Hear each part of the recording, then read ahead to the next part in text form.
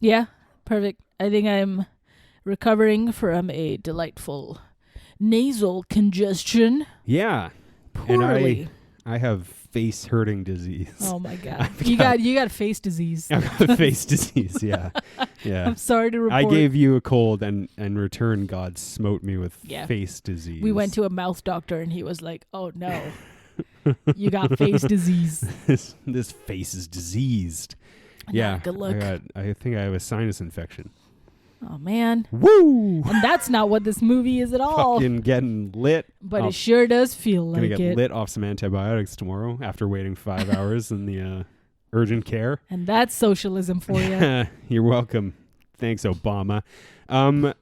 Today, we're back in the X-Menn. X-Menn verse. The final X-Menn we'll ever do. Yes. Important, really important thing about this movie. Just really important thing about this film. It's the movie that taught me that when a trailer is mostly made up of one scene, you're not going to have a good film. Yeah. Because the trailer for this film is mostly the train scene. And when it came out, that people were like, "Wow, that was a disaster." I was like, "Well, that didn't surprise me at all," because the trailer is one scene. Yeah. Oh, it's a surprise that the train wreck was metaphorical. Yeah. Yeah.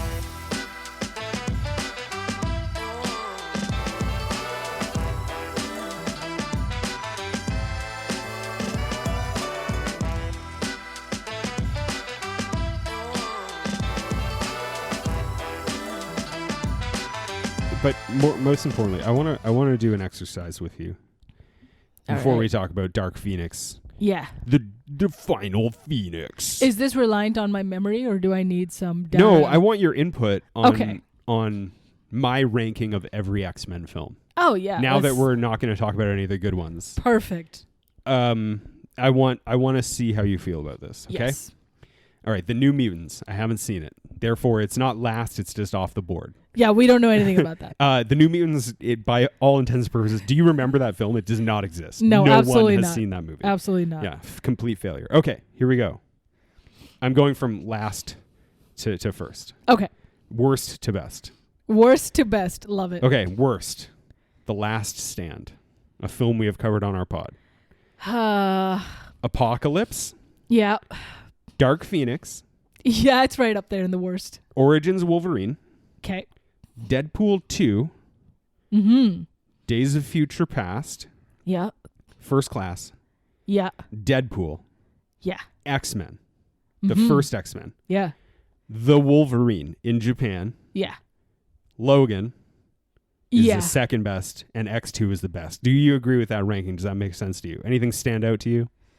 Yeah. No, that's pretty good, right? That's ideal. X2 is the best. X2 is a great film. It's hands got down. It's every a great, factor. Nostalgia. Yeah. Fucking just bang for your buck. That's great. Sorry. Also, one of the best opening sequences of a superhero film ever. That, I mean, if someone could tell me, Bryan Singer. What happened to him? You know, like where did he go? Super normal guy. Yeah, what do you mean? and he was on such a run, and then he's just gone from the industry, and I don't know why. He just got bored. He was like, "This is fully my fault that I'm bored. It's my fault only that I am allegedly bored. I'll step away from filmmaking despite my talents." My God. Yeah, X2 and Logan. We all agree is pretty phenomenal. Yeah. Nominated for an Academy Award. Hell yeah. Yeah. Good list. No dispute from me there. Well, I feel like you, instead of you put Dark Phoenix in the bottom 3. Right. Now, here's what I was going to ask you. Yeah. And this will launch us Phoenix-like into a discussion of the quality of Dark Phoenix. Yes. Are you surprised that I put Dark Phoenix above Apocalypse? Now, I re-listened to our episode. We were not very kind to Apocalypse, and there's a reason for it. Apocalypse is not a very good film. Yeah. In watching Dark Phoenix, I have to say, I didn't think it was actually as bad as people made it out to be. Yeah. And I think Apocalypse was a worse movie. Apocalypse is a worse movie. It's more corny. Yeah. It definitely feels more camp. I agree. this one, Dark Phoenix, our girl J-Law just cashed a check and was like, I'm gonna do the bare fucking minimum. Here's the thing. I think Jennifer Lawrence is good in this movie, and the reason why is that she saw the script and was, thank God I only have to shoot for 4 days. Yeah, she's in like 2-3 scenes tops. Yeah, and she dies in the first 30 minutes, and she's like, thank fucking Christ, this is all over. Because what we said about in Apocalypse, and this is true about Fassbender in Apocalypse and Dark Phoenix, is like they look all so sick of being there. Yeah, dude. And Jennifer Lawrence, I think, in this one kind of sort of revives her talent to like actually show up for this one a little bit, but it's because she doesn't have to be there for all of the worst parts of this film. She kind of threw in the towel first scene onward. She shows up and I am tired for her. Yeah, dude. Girl, you need a drink? What's going on? She's like, I can't believe you're doing this, Miss Phoenix. I mean, Jean Grey. Jean, no. Jean, no. Don't. Jean, don't you remember? It's your friend Raven. It's so difficult because Sophie Turner, right? That's her name. Sophie Turner. Right. Sophie Turner looks phenomenal. She's like a comic book dream for Jean Grey. I think like she's perfect. Face, hair, glorious, eyes, everything. It's so hard to pit her against in a scene with fucking Michael Fassbender. And then you're just like, why are you in this movie, girl? You're so bad. This is a similar failing to fucking among the many things that are wrong with Apocalypse. None of them the fault of Bryan Singer, one of the great directors of our time, who stepped away at the right moment because of his talent was too great for our world. But that's what one of the failings of Apocalypse is that you have Ty Sheridan, who we're all well aware of Ty Sheridan's limitations. If you listen to our Ready Player One episode, you can hear all about that. You have Ty Sheridan, you have Cody Smith McVeigh, or whatever the fuck his name is. He's nominated for an Academy Award later in his career, but a fine actor. Yeah. Then you have Sophie Turner, totally serviceable. I thought she was really good in Game of Thrones. I think she's not a bad actress. Yeah. She's not served well by either of these films. And then you have Evan Peters, who I think is a very good actor, not served by Dark Phoenix at all. No, what a shame.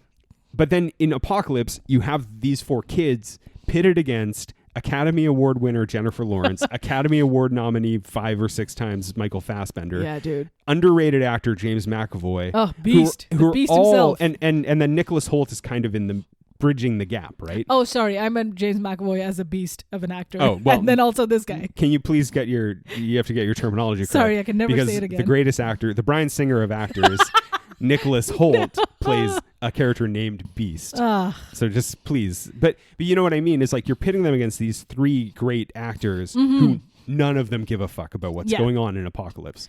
Am I wrong? Or is the Beast the same age as fucking Magneto's supposed to be? I think or Logan. Like Beast is the thing is I haven't rewatched First Class in forever. Yeah. But I think Beast is a professor. He's a man. Beast Xavier Fassbender and McAvoy start the First Class, but they're like the professors of the First Class. And the First Class involves Jennifer Lawrence and Beast. Nicholas Beast Hoult. And then, so that becomes the First Class. And then as time has gone on, since Days of Future Past and Apocalypse, and now in 1992, Dark Phoenix, Beast is like a professor. Raven is a professor. Alexander Shipp she still looks 16 years old. So but then again, okay.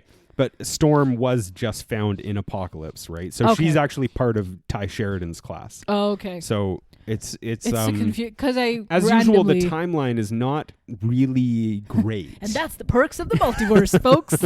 We're on one of the 9,000 Earths. It is, to get back to what we were saying about the acting, Sophie Turner, totally a serviceable actor, so bad in this movie, unfortunately. Dude. And everyone else is kind of like either resigned to how bad it is, and then there's James McAvoy who's like giving 110%, and that draws attention to the fact that no one else seems to care. I feel like McAvoy sucked in this compared to Apocalypse. But it's because this movie sucks and it doesn't do anything for him. Even though Apocalypse is overall a worse film, McAvoy did a better job in Apocalypse for me than he did in this one. I think McAvoy always does a good job. Yeah. I think he's done a good job. It's like pizza. Even if it's bad, it's good. Yeah. I think, and also like James McAvoy's a friend, so he would definitely So like James, he would like to be described as like the Domino's pizza of actors. I think that would be what he would prefer, English stage actor or whatever. Just he'd be like, yeah, Domino's pizza. Yeah, that's you, James. And he's like, I was in Last King of Scotland. Yeah, you man. Fucking piece of shit. I bet they wish they had Domino's. Yeah. In Uganda during that like genocide and stuff. Yeah, I think they were hungry. I think people were hungry there. Yeah. Oh no. Oh no, I made it bad. Okay. I don't think you're being very sensitive to the Ugandan community, sorry. Actually. Who are all huge fans of our podcast. I am silent and I am silenced by myself. And then there's Jessica Chastain is also in this movie. She does not need to be in this film for her career. I don't know why she took it. What year is this in movie? The film? Yeah. 92. No, 2019. 2019 Jessica Chastain. What has our girl been up to in 2019? I can tell you right now. Yeah. Being possibly one of the most respected actresses of her generation. I mean, right? Like, her agent, man. So can we talk about Chastain a little bit? Yeah. Hit me. I love her. I think she's a fantastic actress. I think she's magnetic. I think she's great. I think that Zero Dark 30, I think she was underrated in that film. I think she should have won an Academy Award. Yep. She's so good in it. And coming up to this year, she had just recently been in the poker movie. What was it that she got nominated? Molly's Game. Yeah. So she is kind of at the top of her game. Oh, yeah. She's at the top of her Jessica's game. And 3 years later, she's cast in the supporting role, villain role in this film, in which the characterization appears to be don't do anything. Like, don't give any vibe at all. Yeah. And I don't understand why you need Jessica Chastain for that. She's a phenomenal actress. Your face is going to be all fucking and going to have the worst hair you've ever had in your whole life. It's going to be like a sideways Hitler hair, but like for girls. And platinum blonde, too. What's going on? Platinum blonde Jessica Chastain. Washes her the fuck out. But it's good because it makes her look pretty alien, so I get it. But yeah, she looks freaky. I mean... God damn it. Yeah. Yeah, all of this, that poor Sophie Turner has to kind of show up against because she is the number one build on this, right? Like she is the titular Phoenix. Here's the thing I found really interesting that I read a couple reviews and a lot of people pointed this out, and I want to be clear that like 6 years ago, the world of like commenting on film was a much more sensitive time. Yeah. And I think we're reverting a lot back to this. Yeah. But I found that a lot of these reviews were like really poignant in pointing out that Dark Phoenix as an arc. Now I haven't read it in the X-Men, but so I'm just like I'm paraphrasing a bunch of other people's commenting on this film. But Dark Phoenix as an arc has this really interesting kind of allegorical thing about how a hysterical woman is the most dangerous thing. Mm-hmm. And that's like, and it's like the world can't contend with like a crazy lady, Oh my God. And it's got this sort of this feminist arc to it, I think, in some people's opinions. And I agree with that. I think that's really interesting. This movie does none of that. Like, this movie does not point at that. And the reason I think it doesn't do that is A, probably comes down to the script.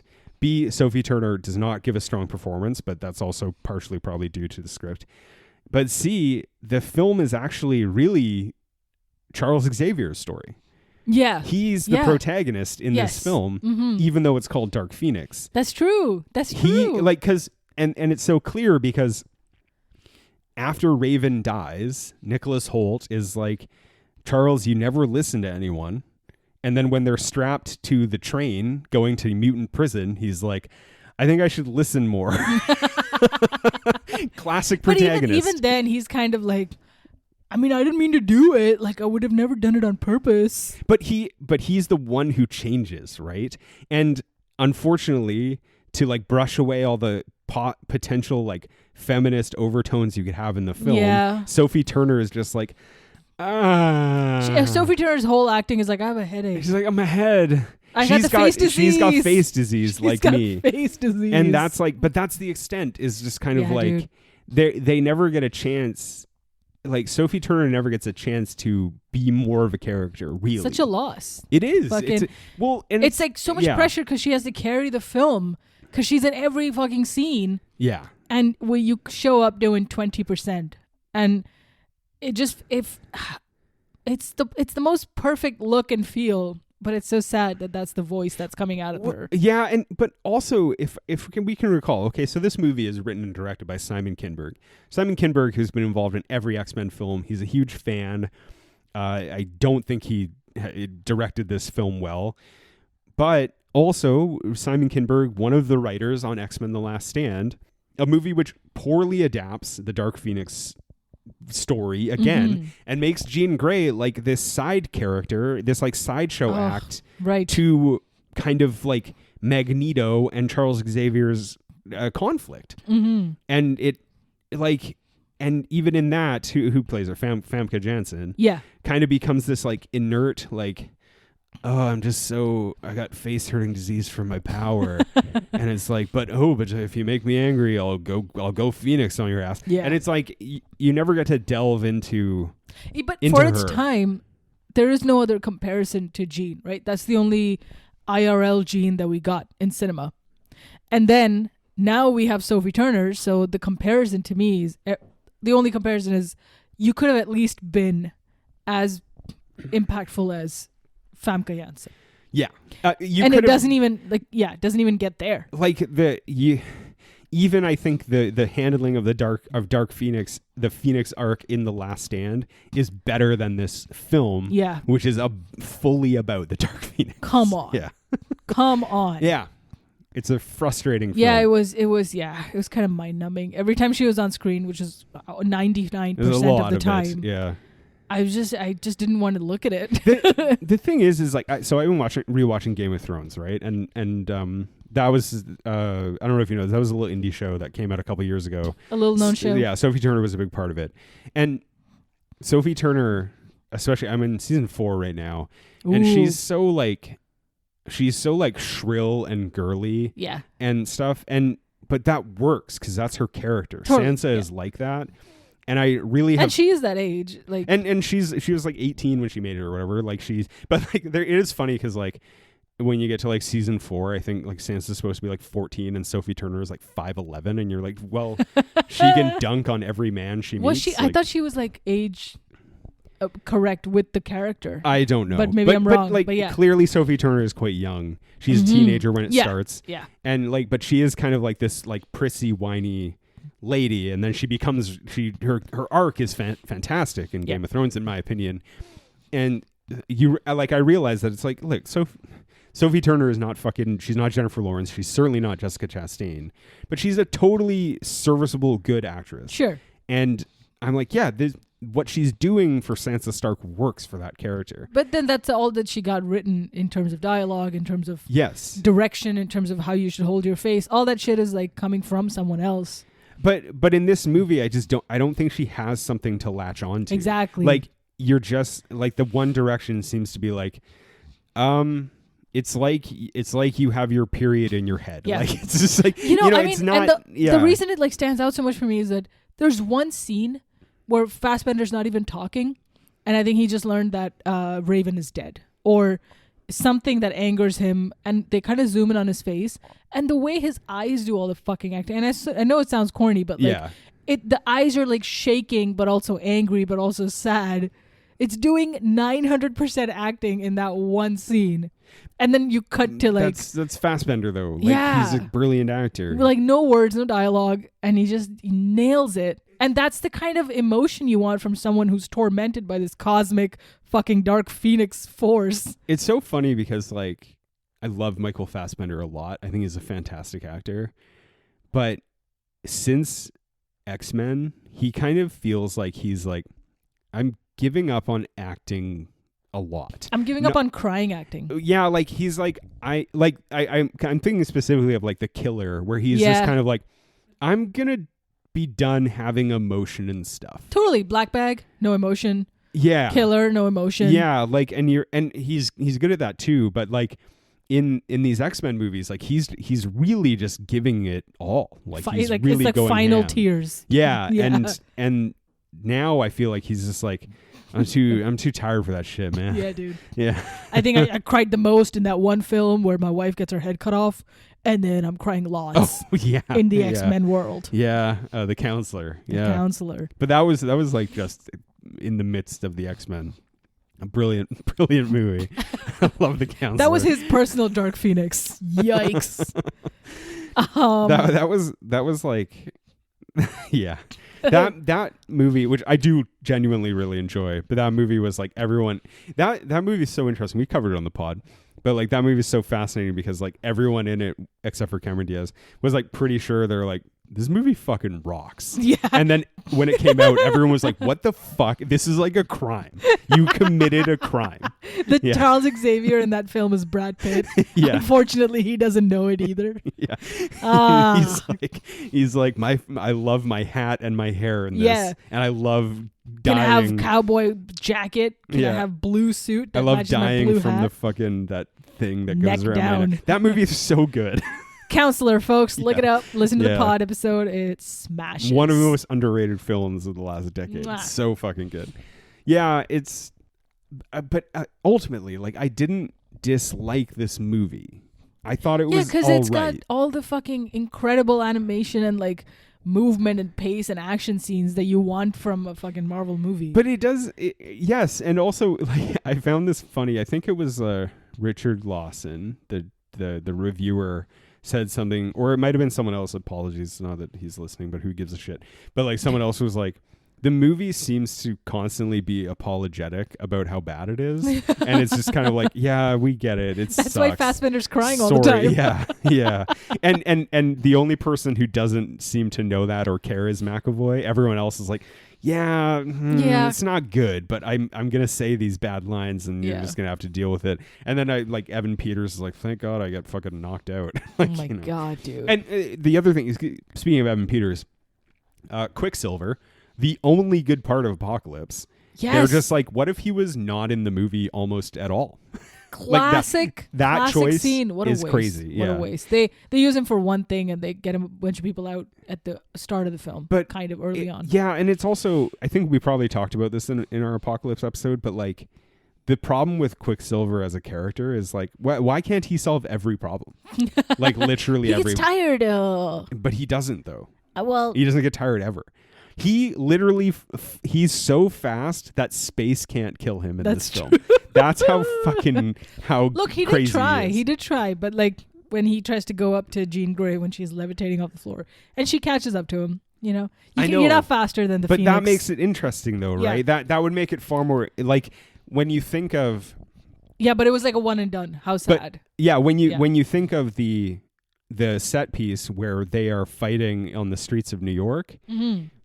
That's a thing where you're like, yeah, you have to knock Quicksilver out of the movie because that would have been resolved in a second if he had still been like able to walk or whatever. So it's like, but that's such an annoying way of writing where you're just kind of like, oh, too bad I have the most powerful mutant alive. Right? Fuck, man. Yeah. What should I do? And like, it makes sense. Jean Grey is like very powerful. She should be able to prevent Quicksilver from doing whatever he wants to do. Mm-hmm. But it is like frustrating. I mean, that's I think a foible of a lot of superhero films anyway, but yeah, whatever. She also can't do a mean face. Like Famke Janssen's Jean Grey looks fucking menacing. Yeah. She's like actually dark, like her eyes go black and, all this her shit. eyes go black. And they've made her too beautiful and ethereal and godlike. Sophie Turner? Sophie Turner's well, like this movie can't go like a fucking minute without people having fake CGI fucking hair. It's so crazy how often they have just like floaty like fucking Aquaman hair. wild. So oh god. And then there's that one X-Man whose dreads or weapons. That's the stupidest It's shit dumb, I've ever dude. seen. This movie has like serious hair problems. But yeah, Sophie Turner, like, I mean, her range is like basically like shocked, sad. Yeah. I don't think I've ever seen her smile. So whatever. But No. like it's hard for her to be like. She's like when someone is like trying like when a small child is like faking being angry and they're like, and like that's the extent of her anger. And she could have risen from Sansa Stark to Arya Stark, and she missed the boat. Come on, man, this was your one chance to go ham. Yeah. It's okay. She worked with whatever material she got, right? Like even her dialogues were goofy. I mean, this is not a it's not a greatly and that's why this is in the top 3 upside down list of good films. So the other thing I wanted to talk about too was like Apocalypse, the film. We talked about this. Apocalypse is we determined that it's probably one of the most single destructive events ever to take place in a fictional universe. Just for Oscar what's his name? Oscar Isaac. Oscar Isaacs. Yeah. Him personally, he's like, never speak to me about this. I mean, it was probably a, let's just say, a turning point in his career. But like, remember we talked about how what happens in Apocalypse is like to Earth is the most single, maybe except for the Eternals guy appearing from out of the crust of the Earth. Like that, it might be the most destructive event ever. Yeah. They rip apart New York with the power of 1,000,000 9/11s, basically. Yes. And yet, in this film, like something what struck me about Apocalypse, I remember feeling this after I saw it, was like, it's like, it's great that you rebuilt the school. Yeah. But what about the rest of the world? What about all of what happens tomorrow? You know, with the world? It's TBD. It's assumed that they fixed it. Well, but this movie, a sequel to Apocalypse, has them fighting on the streets of New York, which apparently has miraculously been built up again in like 7 years. It's Magneto. He's like the best foreman ever. Dude, Magneto fucked off to Genosha or whatever to build his own New York over there. Well, exactly. And it's so far it's it looks like District 9. It's a couple homes in a swamp. So he's got a little ways to go. Maybe if they were building with metal instead of wood, it would be a little faster. Yeah, idiot. But like, you know what I mean? Like this movie just completely ignores the fact that like Magneto destroyed New York essentially. Yeah. They definitely destroyed Cairo. There's no I think it's like one of those things where you brush it under the rug and assume it's done. It's the, what do you call it? Like the Deus Ex Machina, whatever. Like, oh, of course, all that is fixed on the side. Don't even worry about it. But there's a solution to that anyway. Moving on. I think that's okay. I think that would be acceptable if this was like the early 2000s. This is 2019, and we're talking about like every superhero movie references what just happened. Yeah. Right? Yeah, Now, like, it was something I remember the first time, like, someone convinced me I had to watch that fucking Tom Holland Spider-Man. The first one starts off with Michael Keaton, like, looking up at some destroyed building and being like, oh yeah, that was bad. And I was like, what the fuck are they talking about? Yeah, like, right. And like it's something to do with Ultron or the Avengers or some shit. Sure. I don't know. You should. At this point, it's like fucking who even knows anymore? Well, like, but the idea is like you should watch them in order, and they should matter, and they should all kind of make sense to you. Yeah. Like Michael Keaton in that film, I believe, literally gets his powers from Ultron. His arm fell off or some crazy shit. Like I don't know. Like he gets it from some remnant of something that happened in another Marvel movie. Oh yeah, stolen things from Stark. Right. Yeah, Stark Industries or something like that, right? Yeah. Which is like, I'm not complaining about that. I hate that movie for other reasons, but like, but that's a thing. That's a thing when you're not like a comic book guy, but when you're not a comic book guy like me in the latter decade, you're just kind of like, oh fucking Christ, I gotta watch 7 movies to catch up to this. Yeah, man. And in this movie, you're like, okay, I like that. This is not acceptable in 2019 that you're just like, Apocalypse was bad, but like also it's boring. Imagine Jean Grey. Yeah, it's boring. Like I enjoy the fucking tedium and chase of like, well, you got to catch up to like 19 films before you watch it. Like, fuck yeah, dude, make it a mystery. Well, like it's so regretful, I think, for the X-Men. Because when it was rebooted with First Class, which I remember liking and thinking is a good movie, like First Class and Days of Future Past reference each other. Yeah. But then Apocalypse, like, I remember when we watched it for the pod, I just kind of like, you just kind of click in and you're just like, Oh yeah, I have nothing to really follow up on, but like we're only talking about 4 movies. Yeah. A quadrilogy of really great X-Men movies. You should be like, I mean, this could be great. And if it's all in relation to like Jean Grey in some way, like this is the problem that fucking Star Wars, the new Star Wars movies, and even the old X-Men trilogy, but you can be forgiven for those ones a little bit, but it's like where you're just kind of like, look, if you want to tell the story, you have the space and the budget and the momentum to be able to tell it over multiple films. So why don't you fucking do that? Lazy. I don't think it's laziness. I just think it's like I think it's probably a lot of reasons that I don't know because I don't work in the film industry, but like, yeah, I don't know. Like, lazy, like forgetful audience. Well, like, there's some, because I'm sure that there's some guy like me at Fox who's like, I produce all of the X-Men films. I don't know anything about them, but I produce them. Who, like, when people turn in the scripts, he's like, explain to me again what is that? Who is Dark Phoenix? Yeah. And then he's like, that's Jean Grey. And who is Jean Grey? Yeah, like, and then they got to do a monologue all over again. And stick so, it in the movie. Like, there's someone who or by consensus, they're just like, let's just think of it as a singular project. And it, like they're like, it's not Lord of the Rings. Get your head out of your ass. But yeah, I don't fucking know, man. It's just annoying. Like hopefully, I know they're talking about. I think they've been talking for a while about doing the X-Men again, like rebooting them with the new Marvel Phase 18 or whatever the fuck they're doing now. Yeah. The one that like Fantastic Four is in, and then XXX Marvel X-Men just turns 18 plus. Triple X starring Vin Diesel. The X-Men Triple X. Vin Diesel, but it's sexy. Oh, you don't think Vin Diesel? I'm sorry, I didn't mean that. I take it back right now. I take it back right away. And like maybe they will.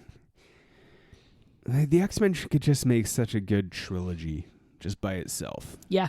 Stop it right there. You know what? In fact, matter of fact, stop after X2. You nailed it. And just call it. Yeah, X2. Undo the rest of your history. But like X2, I don't even particularly love X1. Like I'm not wild also, about it. it's like the first of its kind. So it's exciting for different reasons. 2000. Yeah, man. That's so crazy. So for something to emerge on in movement after cartoons and a bunch of drawings on a comic book. Halle Berry hadn't even won an Academy Award. Come on. Crazy. The world gets Hugh Jackman. Halle Berry hadn't even won her Razzie for Catwoman at that point. Fuck. Crazy. Yeah. What a force. What a force. Anyway, now we get fucking Dark Phoenix. Okay. With all the technology in the world and some incredible powers and just awesome acting from some of them. It is funny because like those 2 first X-Men movies are pretty special. Like how you're just kind of like, how did they manage to make this legit? Like how did this even happen? It's kind of like looking back at the first 2 Spider-Man movies where you're just like, holy shit, like these are fucking great. How much did it make? I'm trying to see. Grossed $65 million in the U.S. What, Phoenix? Yeah. Yeah. And I mean, let's say 200 mil everywhere else. The word of mouth on this film was bad. It was very bad. Yikes. Yeah. And it got delayed a bunch of times too in its production, and people were pretty much like, "Oh boy, oopsie." I think it fucked up because it released alongside Secret Life of Pets 2. Anyway. Yeah, that's a big mistake. It's one of those films where it's like, oh yeah, it's all the voices that you've ever heard in Hollywood is in it. It's not even about the animation. Well, it's also like sometimes like movies will create really like the studios will put out really bad like not good looking superhero movies alongside like a Pixar film, and you're like, that's a huge mistake. Yeah, dude. That's how you know. That's how you know it's gonna Pixar suck. films are like universally beloved, and they make like $1 billion. That's how you know that other movie's gonna suck. Because if a Pixar film comes out with Patton Oswalt and Tiffany Haddish, get fucked.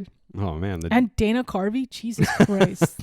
Hannibal Buress is in Pets too. Yeah. Anyway. Yeah, he's probably the best one. Jenny Slate, Harrison Ford. All right, I gotta get out of this rabbit hole. The Secret Life. I want in on this. I want to. Yeah, that's where I would have been. Opening weekend. Do you want to talk about the plot? Yeah. Can you do it from memory? No, I have it written down. Okay, that's Actually, better yeah. because there's lots going on. Because my face is diseased right now, I can't. I actually have it written down. Oh. All right, so back in the 70s, Jean Grey kills her mom in a car crash, basically. Kills her parents, I guess, is what we know at that point. Yeah. She kills her parents. It's not like she stabs them in the heart. No, she causes her parents' death accidentally. Charles Xavier is like, hey, come to my special school. You do math. You use your mind. Blah, blah, blah. He like puts up all these mind barriers to block her trauma Of that car crash. of that memory. event. Mm-hmm. But it also blocks her memory. She has no memory of like who she is and where she's come from, basically. But she knows like, oh, my parents are dead. They died in a car crash. Mm-hmm. Jump forward in 1992. Post-apocalypse, the world is completely healed, and Inexplicably. the X-Men are like have a hotline to the president, and the president is like, our space shuttle it's in trouble. Yeah. The president is like, can you go to space? Yeah. Come on, man. Excuse me, Charles. Charlie boy. Space. You ever Question thought about mark? it? Yeah. Now it's so annoying because Beast is like, Charles is like, get the plane ready for space. And he's like, it can't go to space. And he's like, well, we have to do it anyway. And then they go up to space in the X-Jet. And you're just like, this wouldn't go well. Like, you would all die to death immediately. No one's ever tried it. No one's ever tried it in these movies to see how high the fucking X-Jet can go. But also, like Beast, who built it, is like, it can't really work in space. And then they do it anyway. And he's like, wow, miraculously, this is working great. That's through sheer powers. But like the intricacy that it takes to launch a spaceship and have people not die inside of it is so dude. complicated. Come on. And they're just like, let's take our 747 just way up. I forget, is Charles on the plane? No. How fucking convenient. He's in Cerebro. Yeah. So maybe he's shielding the fucking plane or whatever. Sending it into... He's jacked into Cerebro. He's jacked into Cerebro. There's like... but the thing is too is like that space sequence, while I think it's kind of like visually and filmically fine. Yeah. There's like these moments where you're just like, wait, how does Storm work in space as a character? I know, when she made like fucking lightning or sound or whatever happened. How does that work? And then when Nightcrawler like zaps over to the spaceship, I don't know a lot about space, but when you're not pressurized, won't your eyeballs explode or something? Like, it's so crazy. And then Jean Grey is like holding together the space shuttle. And you're like, yeah, there's lots of cracks in that space shuttle. Sure, but this is even pieces. assuming that she's holding it all together as like an idea that her energy is, I guess so, keeping it contained. Just the idea that they get to like, oh, we'll be in and out in a second. Where's your mask, bro? Yeah, frankly, the thing that's most galling is the fact that, like, why did they bring Mystique at all? Like, if I was Mystique, I would be like, I don't think my powers are going to be very helpful here. Yeah, why is she there? So I'm going to sit behind Charles and Cerebro That's and just so chill. funny. Like, why is she there? Yeah, like Beast has to like pilot the plane, but like literally... She's like the second oldest or whatever, maybe? I don't fucking... She's like the fucking Chewbacca of the fucking X-Fighter or whatever. Anyway, they save these astronauts, and then Jean Grey gets fucking face fucked by the Phoenix Force, which they don't call that in the film, but it's this fucking force. She gets the Phoenix disease right to her face. She gets fucking straight Phoenix disease right to her face. That's what happens, actually. I don't know if you know this. That's what happens when you take a vaccine, actually. Yeah, you get the Phoenix disease. That's what it looks like in your when you take a face. vaccine. So everyone should just be careful. Watch out. Her powers start going crazy. She starts getting really powerful. She's already pretty ripped, so that makes sense. She goes off to like find her father. She figures out that her dad is still alive or something. Mm-hmm. She goes to find her dad, finds out that he kind of let her go because she killed her mom. He was like, I loved my mom. I loved your mom more than I love you. Go away.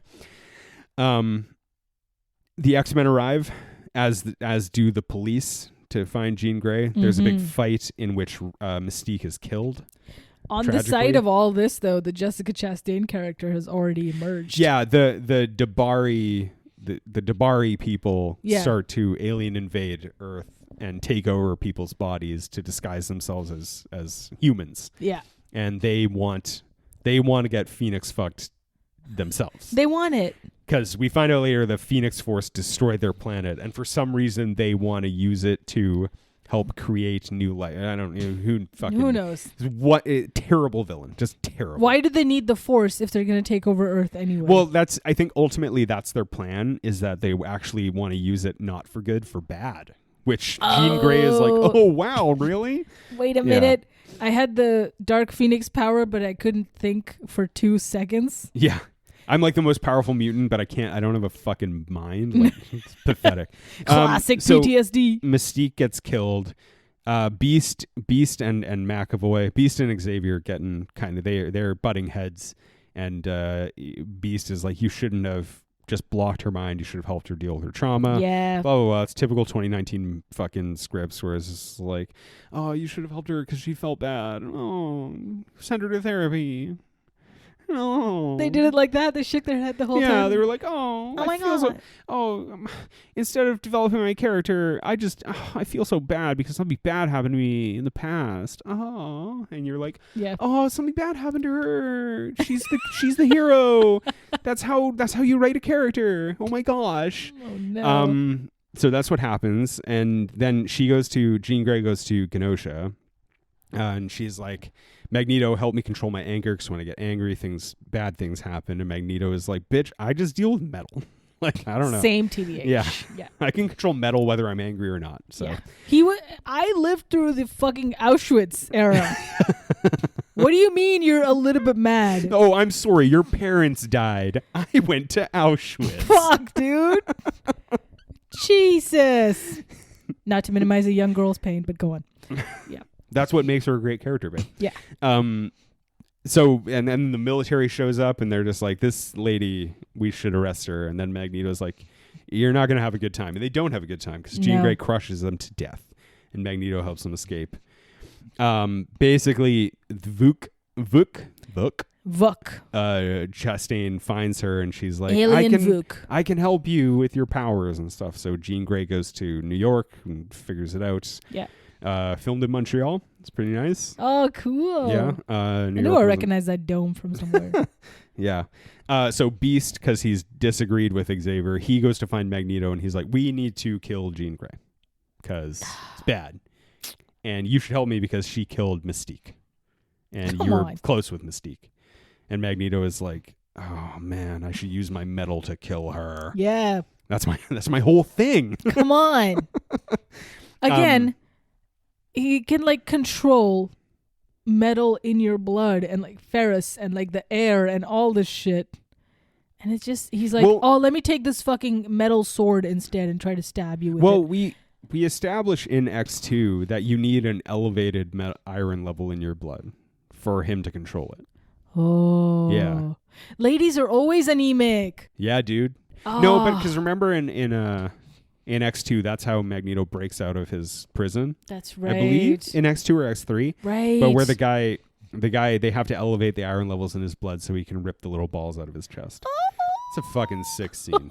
But there is like, with Magneto, it's always funny because like in this movie too, speaking of special effects, which aren't, some are good and some are very bad, but like the way that they kind of like eerily just float, like a really bad kind of Flash cartoon. And like whenever Magneto floats somewhere, I'm like, does he just put like metal in his shoes so he can do that? How's it going? But he's also like, it's like, you know, like chances are on his person he's wearing like maybe his belt buckle, and he's just like, bring me forward, Mr. Belt Buckle. What about the air? Maybe it's... But he can't just... He can control metal. He can't just float. Like, he's not psychic. Yeah. So does he, like... Does he always have, like, a metal thing on him that can, like, lift him around? Well, the helmet. No, but he does... On Genosha, he doesn't. Oh, right. Yeah. Oh, yeah. What the fuck? How did he levitate? Yeah, maybe a necklace or something. Yeah, I don't know. Dog chain. What do you call it? Dog tag. No, he wasn't in he wasn't in the military. Nope, he was in the Holocaust. That was just slogan. Different. Different kind of hell. Different kind of thing. Oof. Yeah, so they have a big fight in New York, and then Jean Grey Vuk like convinces Jean Grey. She's like, "Oh, give me your power. I'm just gonna be super nice about it." Let's sharing is caring, girl. She tries to like rip the Phoenix Force out of her, and then somehow, I don't remember how, Scott Cyclops finally gets the fucking memo to look at people and to shoot them. He figures out that Vuk is gonna use the power to destroy it, to take over Earth, and he stops the Phoenix Force from being sucked out of Jean Grey. They all get arrested. They get put on this military train. This might be the only kind of sequence in the film that I enjoy. Like, I think totally, yeah. So all of the Dabari start attacking. Yeah, that's great. Again, speaking of bad villains, they're impossible to kill until apparently, like, it's never clear how they actually get killed. I guess you have to suffocate them in a metal tube. Twist them, but they get killed in many other ways, yeah. like by other people, and like I don't know. There's a big long action sequence. Yeah, it's like a good 20-30 minutes. It's very long, yeah. And it this is where the trailer is all completely cut from. Yeah, it's really cool though. I do really like when Jean Grey wakes up and when she floats up above the train and pulls it up off the tracks. Yeah, that is very cool. When she twists every fucking cabin. Yeah, that's great. That's cool. And then also the part where Magneto crushes the train on top of the train car on top of people. That's pretty sick. They end up in like a dilapidated car yard. Yep. And Vuk again tries to take the Phoenix Force from her. Jean Grey brings them all up to space and then explodes into a big phoenix to sacrifice herself to kill them. And that's the film. And then, boo. You know, she's dead. Scott is like, I'm going to rename this academy. And then Beast becomes the headmaster. Xavier retires, and in Paris, him and Magneto play a game of chess while the Phoenix flies over their heads in the sky. God, I hated it. I hated all of that. Like, I liked it. The Phoenix is still in the sky and flying around. Like, if there shut was up. any hope of a sequel, that would be a good ending, but it's not. Yeah. Even her death wasn't satisfactory. I was just like, oh, okay. She burst into a space. She never has a chance to really like build up her character because they don't show us her like getting atomized or fucking like show me Sansa Stark's head exploding and like something. It's just like a beautiful Disney princess blinks her eye and then fa la la la la, a bird appears. Fuck you. Yeah. Why is she not bleeding at any point in this film, dude? Yeah, she should die like the Thing or something. If she's like, so OP, fucking give her a majestic death. The thing is too, if I don't know this for sure, and it might be true. I might be totally wrong, but I believe that she, in the comic books, Jean Grey dies and then returns like a phoenix to become Dark Phoenix, like she does in X3. But in this, in this movie, it just like sucks into her face, giving her face disease. Yeah, yeah. And then she's like, she gets home and she's like, "Oh, my head." I assume she'll wake up somewhere like in the water or something and be like, "Oh, finally, I can be ugly in this film now." No, because everyone involved in this film is never allowed near an X-Men film ever again in their life. Please fucking don't. Never again. Yeah. Oh my God. Yeah, they're all boring. Hey. Yeah. Yeah. I was like really I'd always been really interested to see this film because I am an X-Men fan, and like even though this film was, I knew it was bad, I was like, yeah, it was still like there's aspects about The Last Stand I enjoyed, there's aspects about Apocalypse I enjoyed, so I wasn't gonna be like, wow, this is, you know, but if I had seen it in theaters, I would have been like, oof, no thanks. You liked it more than me for sure. I found this movie to be only slightly better than Apocalypse. And there are things about Apocalypse I do like, you know. True. Yeah. I think collectively we both like how much Oscar Isaac hated being in that suit, sweating his balls off in fucking Cairo. I think it convinced him to never be in it. Never be in that thing again. But although he did do Moon Knight, but I know he's not in like a huge rubberized suit in Moon Knight. No, mostly he's in fucking human clothes. Yeah. So. Yeah, I think that's his vibe. Yeah, it's his whole clothes, thing. Yeah. Yeah. Well, Dark Phoenix. Yeah. Stay dark. Yeah, I gotta go get my face checked out. Oh my God. I gotta get my own Phoenix Force checked out. We're gonna go lay down, face down. Yeah. and recover from this film Thank and you. our face Yeah, diseases. absolutely. Thank you, everyone. It's been the low ceiling. And I would, babe, it really has. Yeah, I the mean, lowest this time. I don't mean to brag, but it really has been. Thank you for listening. You checked out. You're done. Don't say anything more. Bye.